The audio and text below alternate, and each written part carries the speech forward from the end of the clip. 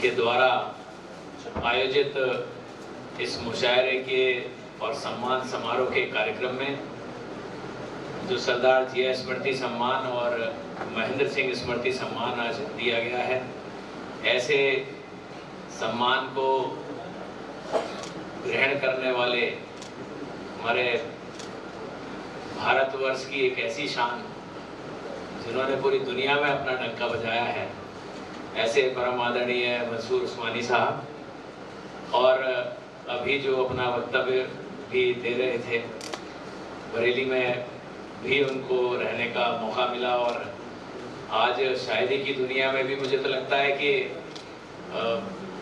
प्रशासनिक सेवा में होते हुए और ख़ास तौर से पिछले 10 सालों में जो मैं देख रहा हूँ कि प्रशासनिक सेवा में उससे पहले हो सकता है कभी आराम का समय मिल जाता हो, लेकिन आजकल ज़रूरत से ज़्यादा मेहनत कराई जा रही है, उसके बावजूद समय निकाल लेना ये अपने आप में बहुत बड़ी बात है। और इस बात का तो आज एहसास भी हुआ होगा कि 4:30 बजे से दिल्ली से चलकर और 8 बजे तक यहाँ आ जाना, ये रोडें भी गडकरी साहब की ही देन है। और ऐसी सरकार में आप दिल्ली बैठे हैं, इसके लिए भी मैं बधाई देना चाहता हूँ आदरणीय पवन जी को। और इस कार्यक्रम में जब मुझे मैसेज आया आदरणीय आलोक यादव जी का, तो मैंने उनसे कहा कि मैं निश्चित रूप से आऊँगा, कुछ कहीं भेजने की कुछ करने की जरूरत नहीं है, मैं बरेली में हूँ, मैं निश्चित आ जाऊँगा। क्योंकि जो संबंध है, मुझे ऐसा लगता है कि दुनिया में उससे ज़्यादा बड़ी कोई चीज़ नहीं है। रिलेशन को बनाए रखना, कभी एक दूसरे के साथ जब फ़ोन पे या मैसेज पे भी बात हो तो रिलेशन की गर्मजोशी उसी से दिखाई देती है। बाकी तो नहीं तो ज़माने में तो लाखों लोगों से मिल रहे हैं, ये पता ही नहीं लगता कि किसी को जानते हैं या किसी को नहीं जानते हैं। शायर साहब जब पहले शायर पढ़ रहे थे तो मुझे कई बार कवि सम्मेलन, शायरों में जो मुशायरे होते हैं, इनमें कई बार शायर साहब लोगों को और कवियों को सुनने का मौका मिला है। लेकिन एक निरही प्राणी होता है नेता जो उनके निशाने पे रहता है। मैं आपके माध्यम से बताना चाहता हूं कि वो भी एक समय था जब नेता जनता उसको चुनती थी जिसके पास अपने कपड़े भी नहीं होते थे। तो ऐसे में अगर आप ये सोचें कि वो बहुत ईमानदारी दिखाएगा तो कैसे हो सकता था। तो इसलिए पहले तो उसको अपना शरीर ढकना था, फिर उसे गाड़ी भी चाहिए क्योंकि फिर उसे लखनऊ जाना है या दिल्ली जाना है, फिर दोनों जगह उसको घर भी चाहिए, फिर अपना परिवार भी चाहिए, और आने वाले 3-4 इलेक्शन तक वो हारे या जीते उस लड़ने की व्यवस्था भी चाहिए। तो पहले ऐसे लोग होते थे, लेकिन अब धीमे धीमे माहौल बदल रहा है। अब जनता सब समझ चुकी है। अब जनता पहले से देख लेती है कि अगर मजबूत आदमी है तो उसे ही लड़ाओ, वरना ये हमें ही लूटेगा, कुछ दे नहीं पाएगा। तो अब मुझे लगता है कि थोड़ा सा हमें उसमें बदलाव भी लाना चाहिए, क्योंकि दोनों तरफ की बात होनी चाहिए। और बरेली खास तौर से जितने लोग यहाँ बैठे हैं, मैं ये तो नहीं कहता कि सारा बदल गया, लेकिन ये जरूर मैं गर्व से कहता हूँ क्योंकि आप लोगों के वोट से मैं जीता हूँ और लगातार दूसरी बार मेयर बनाने का आपने मुझे जो मौका दिया है, मैं ये गर्व से कहता हूँ कि पिछले 40-50 साल में तो बरेली में इतना काम लोगों ने देखा नहीं होगा जितना हमने 6 साल में करके दिया। और लगातार मेरा संकल्प है कि बरेली हर साल बदलता हुआ दिखाई देगा। बरेली में हम गर्व से कह सकेंगे कि हम बरेली में रहते हैं। अब तो बड़े बड़े जगह लोग बैठे हैं, दिल्ली से आए हैं। दिल्ली में भी एक दिल्ली हाट है, तो उसके बड़े चर्चे होते थे साहब कि दिल्ली हाट देखिए, यहाँ बरेली में छोटी सी हाट बनी थी, तो लगता था कि दिल्ली हाट देख के आओ, बॉम्बे में जाओ, बड़े बड़े शहरों में जाओ। तो मुझे भी लगता था कि बरेली की हाट तो अच्छी होनी चाहिए। तो मुझे ये बताते हुए बड़ी खुशी है कि अब जो बरेली की हाट बनी है वो पूरे हिंदुस्तान में सबसे बड़ी और सबसे सुंदर हाट, पूरे हिंदुस्तान, दिल्ली से टक्कर लगा लीजिए, दुनिया की कहीं से भी टक्कर लगाइए, उन सब हाटों से सबसे सुंदर हाट बनी है।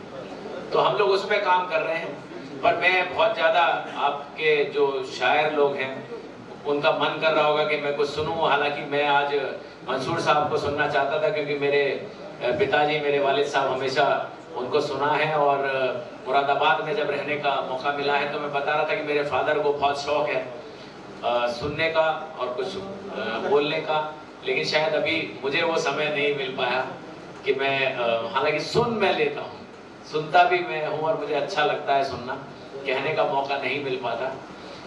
तो मैं आप सबको, खासतौर से जो युवा यहाँ पर शायर हैं, मैं उन सबको बहुत बधाई देना चाहता हूँ, क्योंकि जैसे हम कहते हैं ना कि सत्ता अगर अच्छी चलानी है तो मजबूत विपक्ष होना चाहिए। तो मैं हमेशा कहता हूं कि अगर संस्कारों को और संस्कृति को जिंदा रखना है तो एक जोरदार शायर और कवि भी होना चाहिए जो लोगों को आईना दिखाता है, लोगों को यह दिखाता रहे कि समाज किस तरफ चलना चाहिए, समाज कैसे चलना चाहिए। और हमने तो अभी आशिकी का भी बहुत बढ़िया शायरी सुनी है, वो भी मुझे लग रहा था कि इश्क करने वालों को भी सुन लेनी चाहिए कि इश्क होता क्या है, क्योंकि आजकल तो ये नहीं पता इश्क मैकडोनल्ड में हो जाता है कि पिज्जा हट में हो जाता है। शब्द तो पता नहीं कहाँ गायब हो गए। तो मैं बहुत धन्यवाद देना चाहता हूँ, और आलोक जी को तो बहुत विशेष धन्यवाद कि आपने मुझे यहाँ मौका दिया आने का, और आदरणीय मंसूर साहब से और आदरणीय पवन जी से भी मुलाकात करने का मौका दिया है।